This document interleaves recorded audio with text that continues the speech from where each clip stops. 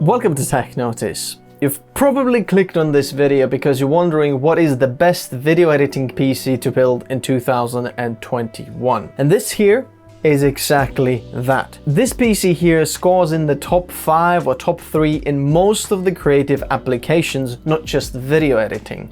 And it costs roughly around £2,500 or $3,000. I know for most people this is quite a high price point, and that is exactly why I'm making this video. I'm gonna go through every single part I'm using in this build, why I chose this, give you some of the alternatives, and give you some of the more budget-friendly options. I'm making this video so that you can have the best PC for your creative workflow. If you watch this video till the end, then you're gonna find out why I chose these exact parts and why these perform the best, and how you can save somewhere around $840 or £600 by going with some of the more budget-friendly alternatives. Let's start right after this.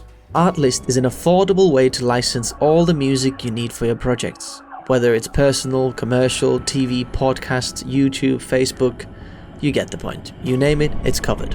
No more worrying if your music licensing covers your project. One worldwide license that covers it all. Oh, and that's not all. Artlist also includes tons of sound effects, and the music is updated daily, so you never run out of choice. If you're wondering, how did I get all these nice shots of B-roll? Well, it's called Artgrid, a site similar to Artlist but for video. Artgrid can provide all the stock footage you need from HD to 8K profile formats, log or graded, to assure that it can be personalized and fitted to your current project. And Artgrid works the same as Artlist, one worldwide license that covers it all. So it's simple, choose the license that you need and that fits your budget, and enjoy the unlimited downloads without any extra cost added. Get 2 extra months for free when you join Artgrid or Artlist through the links provided. Check out Artlist and Artgrid in the video description below.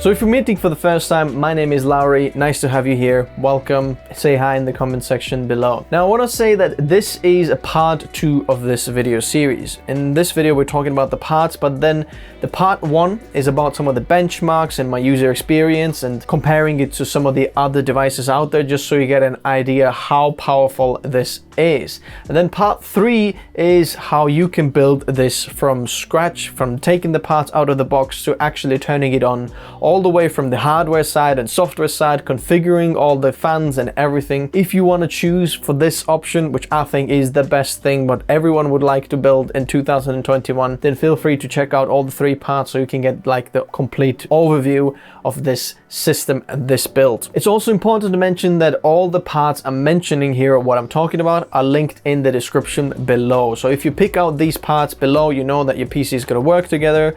These are the exact parts I'm using, so it's just going to make your life easier. And I'm also going to leave some of the alternatives in the description. So if you don't want to go with this exact part, you can go with some of the other parts with similar specs without losing any performance, as well as the budget-friendly options. Definitely check out the links in the description below to pick the best parts for you. So this is going to be quite a long video. Strap yourself in. You're going to learn a lot of good information about these parts and why exactly this system. So let's start with the CPU, which probably is the most important part of the computer. Inside there is a Ryzen 9 5900X processor. That is a 12-core, 24-thread processor, and this processor is absolutely amazing. Here's why. It is absolutely beast in single-core performance and multi-core performance because it has a lot of cores. Often, usually what happens is you can have a CPU that is very good at single-core performance, like the Apple M1 chip, but it doesn't have a lot of cores. It only has 4. But this one over here has a lot of cores, and it's really good at single-core performance as well. So it's kind of scoring on top of the charts on both of these ballparks. Now,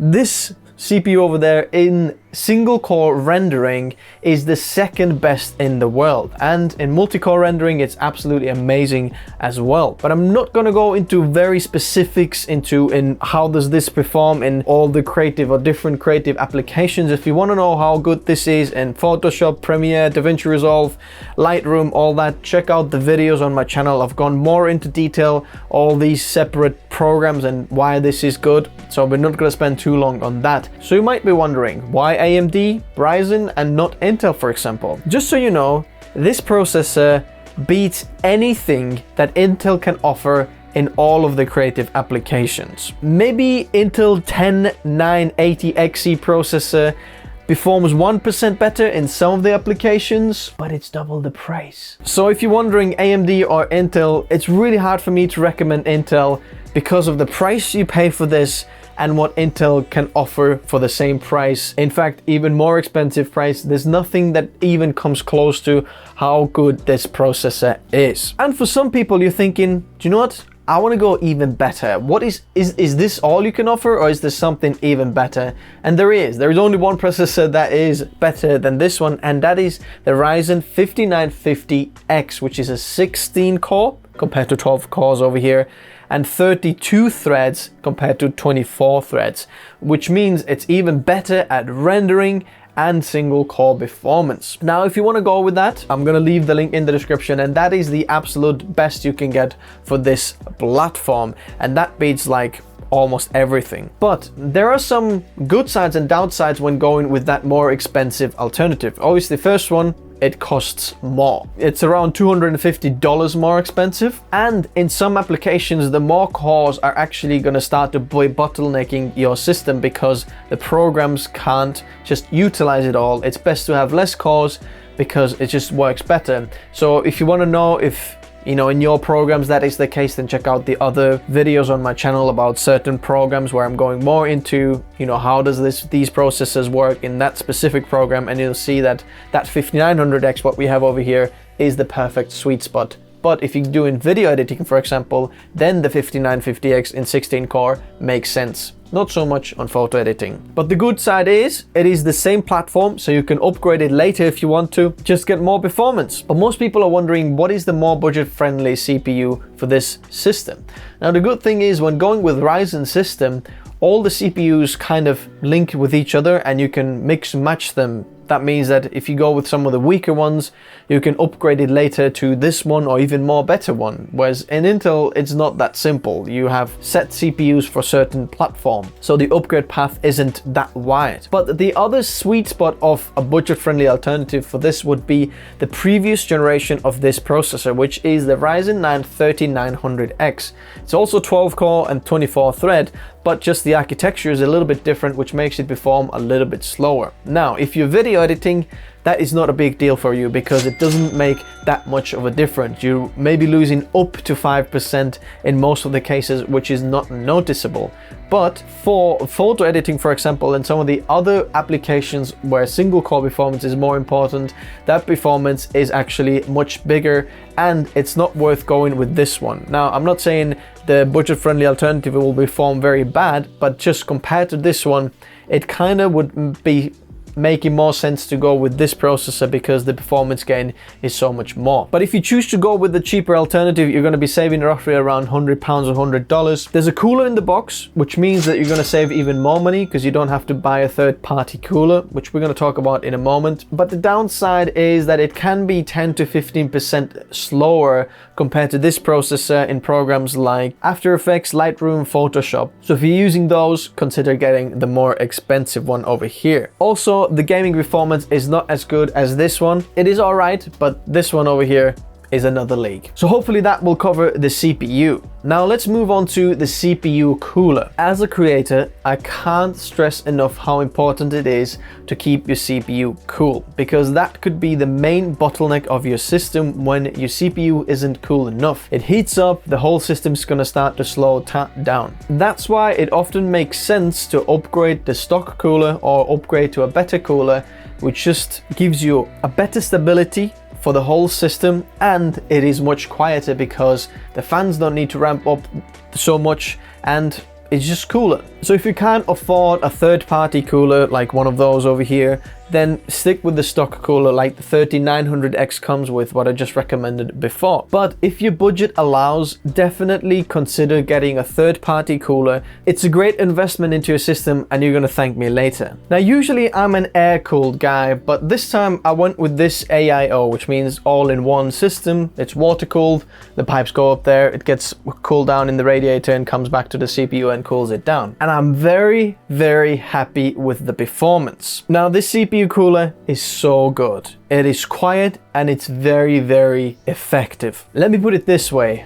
I put this PC through a stress test of 100% CPU usage and 100% GPU usage, which is never the case in real life. You'll never be able to use CPU and GPU like simultaneously that much, and left it running for 15-20 minutes, and then the highest temperature it ever reached was 73 Celsius, which is very, very low and absolutely perfect temperature, a perfect operating temperature for this. By the way, the GPU was much lower than that. And while doing that, the noise level of it full load and on idle, it's almost identical. If you want to know how I achieved that, check out the third part of this video series where I'm actually configuring all the fans and pumps and everything so that it can work like that and quiet, because in stock it wasn't that quiet. I'm happy with the performance, and the bonus fact is it looks absolutely beautiful, like a minimalistic white over here. I really like how it looks. By the way, if you don't like the white version of this, there is a black of the exact same cooler available. I'm going to link it below if you want to pick that out. There is that option available as well. Now, I know that this CPU cooler isn't the most affordable or the budget friendly. So what are some of the other options? Now, if you choose to go air cooled, I'm going to leave some of the air cooler options below from Noctua, for example. That is absolutely fantastic, that I'm using in my personal rig. So definitely check those out in the description below. In some of the options down there, you can save up to 50 quid or so, but have similar performance, so definitely worth checking out. Now, motherboard. Motherboard is the part where it communicates with all the other parts. It brings all the different parts of the PC together and communicates between them two, as well as giving you some of the other connectivity features like, you know, USB ports or Thunderbolt ports. Did he say Thunderbolt ports? Yes, I did say with Thunderbolt ports. We're gonna get to that in a moment. Now this one over here, what I'm using is a Gigabyte Vision D B550 motherboard for Ryzen or AMD motherboards. Probably one of the nicest motherboards you can find. This is not just one of those looking nice but actually not performing nice motherboards. The features it packs are absolutely unique, and you won't find anything else on the market that is as good as this one. It kind of misses only two things that I can think of what a creator would want, but the rest of them are there. So what are the features then? First of all, it supports the 5000 series Ryzen processors, which we're running over there, but also the previous generations. So if you want to choose or start from, you know, further down in the generations or cheaper CPUs, then you can do that with this board as well. Secondly, or one of the most important things I think with this motherboard that makes it completely unique, is the two Thunderbolt 3 ports on this motherboard. Intel certified Thunderbolt 3 ports in here. I know that there's some other motherboards out there that, you know, advertise Thunderbolt 3, but according to Puget Systems, which is probably the most reliable guys testing hardware for creators, this board is the most reliable and something that they can, you know, hand on their heart recommend, and I absolutely trust those guys. They're the best. Next of all, we have PCIe 4.0 slots and connectivity over here to get the fastest transfer speeds possible. Built-in Wi-Fi 6 and Bluetooth 5, two 1 gigabit LAN ports, ECC memory, and a Q-Flash support to update your BIOS very easily with just a USB stick. Check out my video if you haven't seen that yet and you want to get this motherboard, because you need to do that before you upgrade to the Ryzen 5000 series processors. So it's designed for creators, and most of the time it is just marketing, you know, noise. There is actually some truth there as well, because when they're making something for creators, there usually is extra reliability or some features that only creators or video editors or photographers or graphics designers or people like that need. You can consider this a bit more reliable than maybe some of the gaming boards. So what are the two downsides then of this motherboard? First of all, USB-C front panel connector on the motherboard. So if you have a case that has a USB-C front panel header, then this motherboard doesn't have it built in, but you can easily get one of those PCIe cards that I have over there to just expand the ports and get that USB-C front panel connector. So I'm going to leave that in the description if you want to check that out. Although this motherboard has actually a newer version out there. Now this is on Gigabyte website, but it's nowhere in stock. It's not in stock in any of the shops at this point where I'm making this video, but I'm gonna leave it in the description for you. So if you watch this video further on in this year or later on, you can actually buy this motherboard, and that motherboard has these two features actually fixed. It does have the front USB-C panel connector, and the two 1 GB LAN ports on the back of the motherboard are upgraded to 2.5 gigabits per second. The second downside for this motherboard is a 10 gigabit Ethernet port. So it doesn't have it, but it's easily expandable because you have these PCIe slots over there. If your workflow needs 10 gigabit Ethernet, then I'm going to leave a card in the description below where you can just easily get a card, pop it in there, and then you get either one or dual 10 gigabit LAN for your NAS or storage system. Now you might be a creator who doesn't care about Thunderbolt ports or the nice looks, you just want the pure performance and rather spend your money on more PCIe 4.0 connectors or connections down there. Definitely check out the links in the description where I'm going to leave some of these down there from X570 boards where they're more connectivity and you get more of that. So check that out in the description below, as well as some of the budget friendly options. If you're looking for that or save some money on the motherboard, check out the description below. But overall, this motherboard for that price, it's fantastic. You can't get much cheaper than that for these specs. Next up is the RAM. Now, what is RAM used for? RAM is usually used for multitasking and things like that. So if you have a lot of programs open, or if you're doing rendering, sometimes that needs a lot of RAM. For example, Premiere Pro rendering, that needs a lot of RAM. Or if you're running Media Coder and Adobe at the same time while running Premiere and Lightroom or Photoshop at the same time, that needs a lot of RAM. Or if you're using higher quality or higher resolution codecs, that might need more RAM as well. So just so you know, if you're using one of those things, you might need more RAM. But this one over here is all right for 6K, up to 6K editing. You should be fine with this amount of RAM. But the good thing is you can easily upgrade that later. For now, 64 gigabytes, this is what I have over there, is fine for now. So Ryzen 5000 processors, usually the sweet spot for the best performance and best spec would be 3600 megahertz RAM with CL16, and I'm going to leave some of these options right down below, so if you want to pick those up, they are down below. Now I tried the Patriot Viper 3600 megahertz CL18 kit, and that RAM was actually faulty or wasn't stable.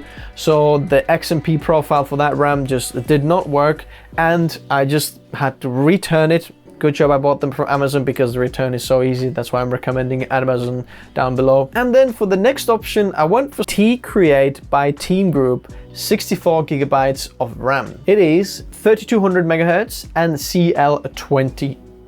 And if you're a more knowledgeable PC guru, you're probably wondering, CL22, that is not very good. It's a little bit slow. In most cases, you're probably right. But in this case here, it is actually working absolutely fine. And I'm going to tell you why I went with this RAM. There's a few reasons behind that. But most importantly, according to my testing, my experience with it, I haven't seen any lack of performance. It just works so snappily, so fast. It's just amazing. Okay. And as a bonus, it fits with the color theme as well. So that's fantastic. No RGB. And now the reasoning behind this RAM. First of all, this RAM over there runs at 3200 megahertz without the XMP or overclocked profile, which means that it's just more stable. Other RAMs out there most likely are running on the same frequency with XMP profile. So the actual base frequency is maybe 2667 megahertz or something like that, or 2133 megahertz, and it's overclocked to 3200 megahertz, 3600 megahertz, and so on, which most cases is okay, but can cause problems. But now as a creator, as a working professional, you and me, we need something that is stable, that is solid, that doesn't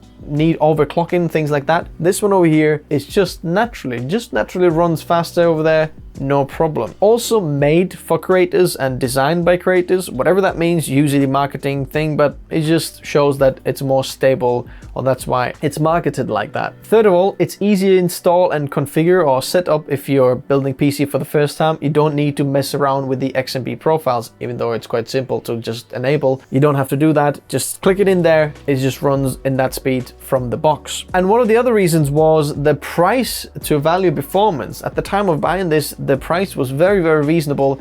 So what I paid for it, I'm very happy for it. So check out the links below. It ticked a lot of the right boxes as a creator or as building this PC, and I thought, yeah, let's go with this one. Now I want to mention that Gigabyte, who designs the same motherboard and the GPU later on, we're going to get that, also designs specific RAM for that goes with this Vision D kind of looks and for creators. It's similar to this T-Grade by Team Group, but it's called Designare RAM and it's also running at 3200 megahertz.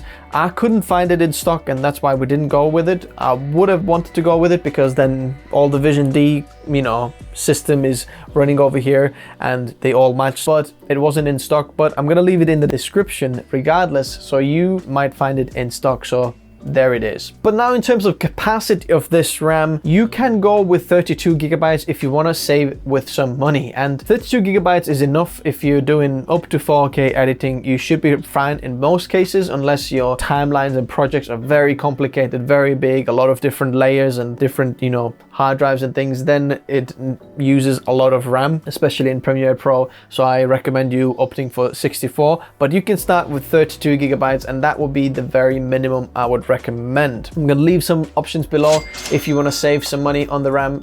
But if you want to enter the pro creator, you know, kind of space, then probably 64 gigabytes is the sweet spot over there. And if you want to do some 8K or higher editing and you need more RAM, then you can just get double of these sticks, just 2 more of these, and then fill out all the slots over there, and then you get 128 gigabytes of RAM. And this is for people to do 8K video editing, work with very complex timelines, or need a lot of, you know, RAM for it. For example, sometimes After Effects uses a lot of RAM when all the previews have been saved on the RAM and things like that. Recommendation over here is whatever capacity you go with, try to find 2 sticks of the required capacity you want. So later on you can double your RAM capacity when you want to upgrade later. So in terms of storage and SSDs, I'm running 2 M.2 SSDs, which are both super fast. One is actually super fast, and then one of them is super fast. So one of the SSDs is for the OS and programs. So your creative programs will run from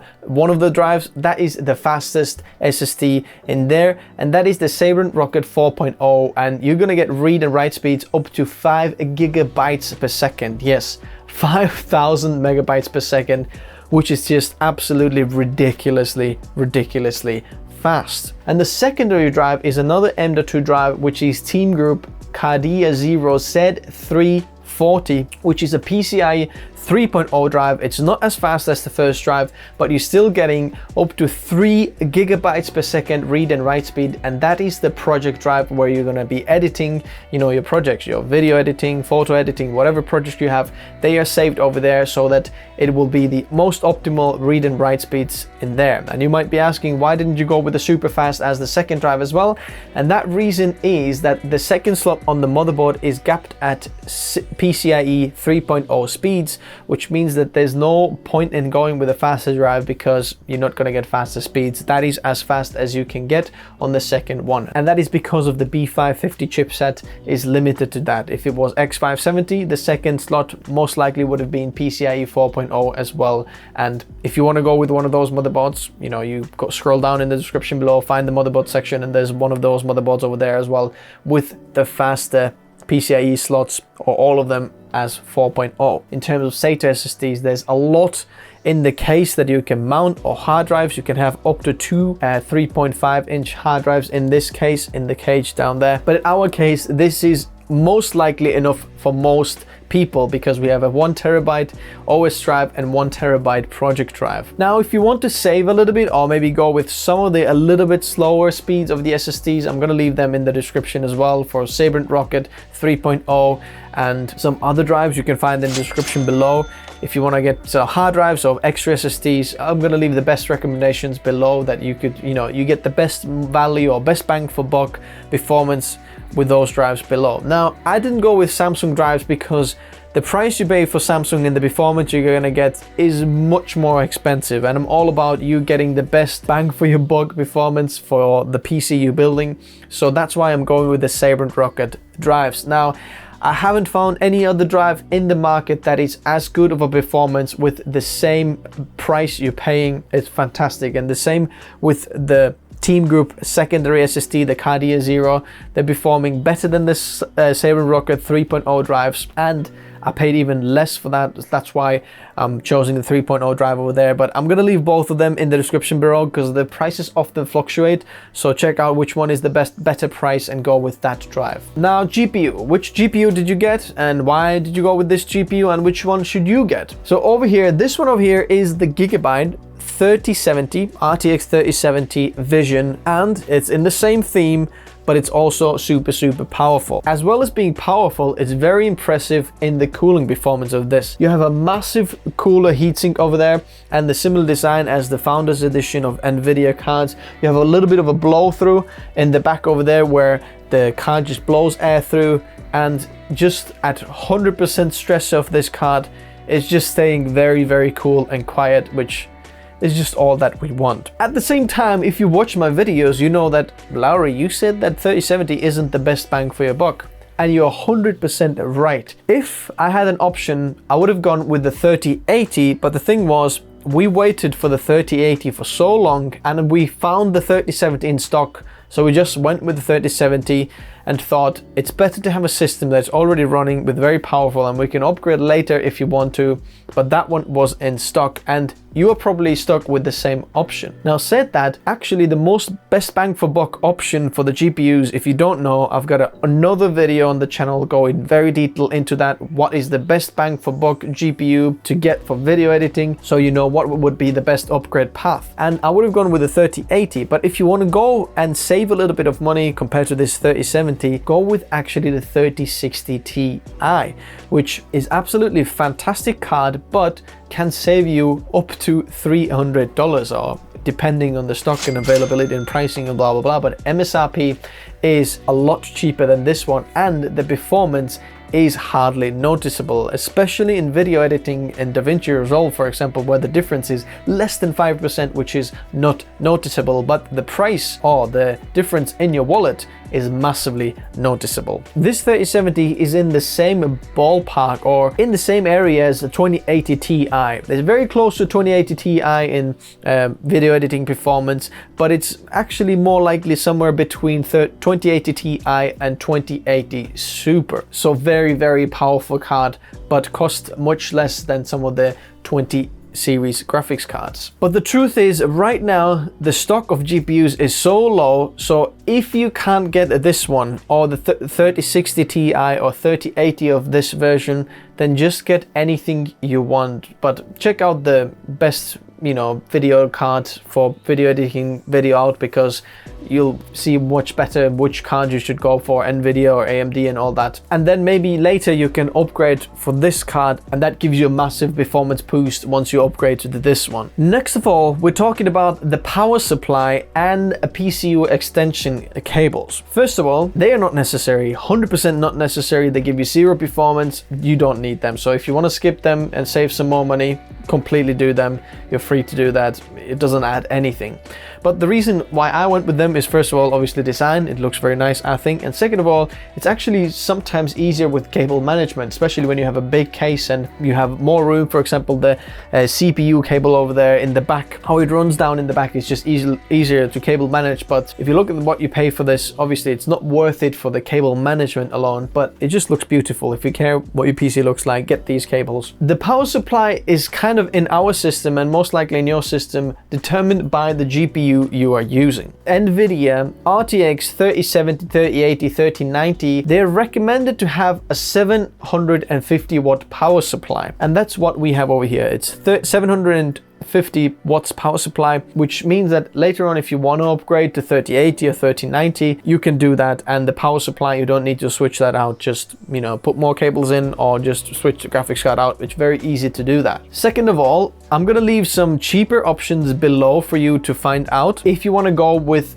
some of the semi-modular power supplies, because if you go with the power supply extension cables, then you don't really need a semi-modular power supply because you're going to be using those cables anyway, but you can save some money. So definitely worth checking those out over there. But if you go with 3060 Ti and you know that you're never going to be upgrading your system or your graphics card, then you can go with 650 watt power supply and save a little bit more, which I'm going to leave in the description below. But it's very important that as a creator, as a, you know, if you're building a PC system for your creative workflow or creative work as a paid professional, you need a solid power supply. And here's why I'm recommending like 3 of my favorite ones that I'm full confidence in: EVGA, Seasonic, and Corsair.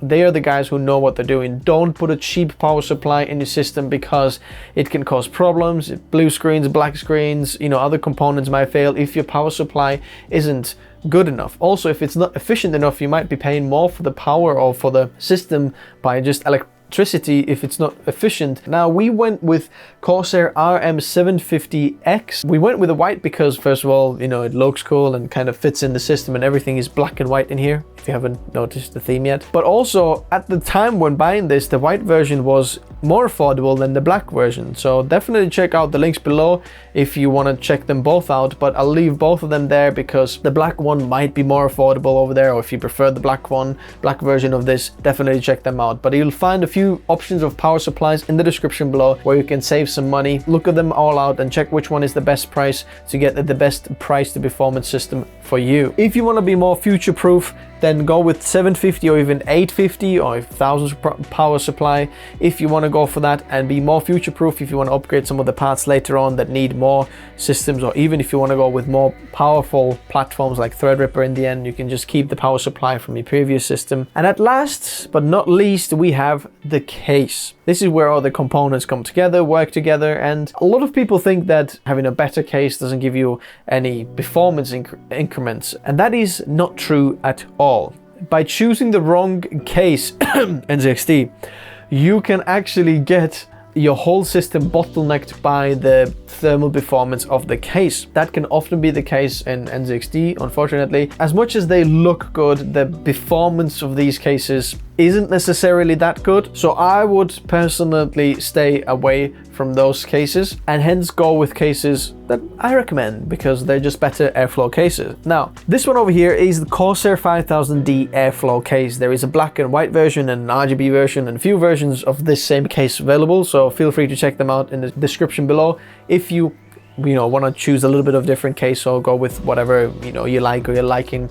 They're all perform the same, but just look a little bit different. The reason I went with this case is because, first of all, the performance and the size. The size, bigger size often means better cooling performance because there's more room inside. The closer the components are together or more compacted things are inside, the hotter they run because there is no air to go through, there's no cooling to go around, things like that. Second of all, this case has an amazing airflow performance. You can put buttload of fans over here and get it to run through as much air as like a flipping Hoover. But in our case, this is absolutely more than enough of an airflow and it just works perfectly. We have 3 fans on the front as an intake, 1 in the back as an exhaust, and 3 on the top as an exhaust, but cooling also the radiator while exhausting. Another good side of this case is the SSD and hard drive mounting options. There's a lot of SSD mounting options in the back. If you want to upgrade your SSDs, it's very, very good. There's 2 3.5-inch hard drives that you can put on the front as well. It looks fantastic, just to say the least. Very minimalistic, beautiful design. In the back, the cable management system and how it's all laid out is just beautiful. If you open the back, you'll see it just looks very minimalistic. There's a cover in the back as well, hiding all your cables. it's beautiful as well. And you get the solid Corsair performance, so you know that your case is actually solid, it works great, whatever you work on it's not going to break. I've had cases before that looks good, but then actually even sometimes the ground or earth can be wrong on the case and can cause problems in your system, or just the standoffs for the motherboard are a little bit wonky or you can't get them out. But in this case, it's solid design, quality, built. I like it a lot. What you pay for this case isn't that expensive, because you can get some of the cases that are much more expensive, but this one is a solid case. It can serve you a lot of years. It doesn't cost that much. So it ticks all the boxes for me. What is there to lose? Now, if you do want to get a case maybe more affordable and half of the price of this one, I'm going to leave it in the description below. There is like some compromises you're going to get for this. If you want to really save some money, there is an option in the description below. And then the very last thing I want to mention is some of the upgrade things then. One of the first upgrade things is the fans. You don't necessarily need them because this case comes with 2 fans over there. I would recommend getting at least extra 2 fans. So you have 2 more intake fans from the front, which means you can just, the overall fan speed goes a little bit down, it works a little bit quieter, and you get more airflow through the system. Now, if you want to, you can upgrade and add a lot of fans in the front. This panel there comes off, and in there you can add another 3 intake fans if you want over there, and then have even more airflow come through. So those of you who want to do that, I'm going to leave them fans in the description below. Some black options as well as some RGB options. So if you like the RGB, you know, you can get those fans as well. 0 performance added, by the way, but those black ones work absolutely perfectly. So some fans you could do with, especially if you're in a hot environment, get some more fans to get the airflow flowing. It just helps with the overall stability of the system. Second of all, what the upgrade option was the PCIe card for the front panel USB-C port. If you want to get that, if that is an option, if you don't go with the newer version of this motherboard, then that might be necessary for you. And then lastly, if you want to get the 10 gigabit Ethernet port for your NAS and things like that, then that will be in the description below as well, so you can upgrade that and add that in one of those slots over there. And that covers the whole build. So now, if you want to go with some of the cheaper alternatives, you should be able to save roughly around £600 or up to there, somewhere around there, or $840, that's what it's equivalent to. Or if you want to build this exact system, then now you know why I chose this part, why I think this system works the best together, why this is kind of like the best system for creators, especially video editors. This is absolutely fantastic. If you want to know the benchmarks, user experience, and how this works and how good this PC is, and compared to some of the other computers out there like Mac and Windows, and how much this should be costing, then check out part 1. If you want to build this system and want to know all the configuration from everything from ground up to actually get it working, then check out part 3 of this. All of these will be linked in the description below, as well as on the channel. Feel free to check them out. Now, my whole goal of making this video is so that you can get the best PC possible for your money, and as a creator you can just get something that works solid. It's absolutely fantastic to keep going and creating more videos, more better, not just videos, photos, designs, things, whatever you're doing. I want you to have the best PC possible for your money. So hopefully this video helped you to achieve that, and maybe even build it yourself or do the first build. Now, can you see that blue light was going off? That light over there is not on anymore. That means it's time to end the video because it's long enough. Thank you very much, guys, for watching this video. If you enjoyed that, hit that like button. It actually makes a difference. Subscribe if you haven't already. Also was massively appreciated. If you don't want to miss out any future videos, hit that bell icon. We'll see you in the next video or in the comment section below. Thank you. Bye bye.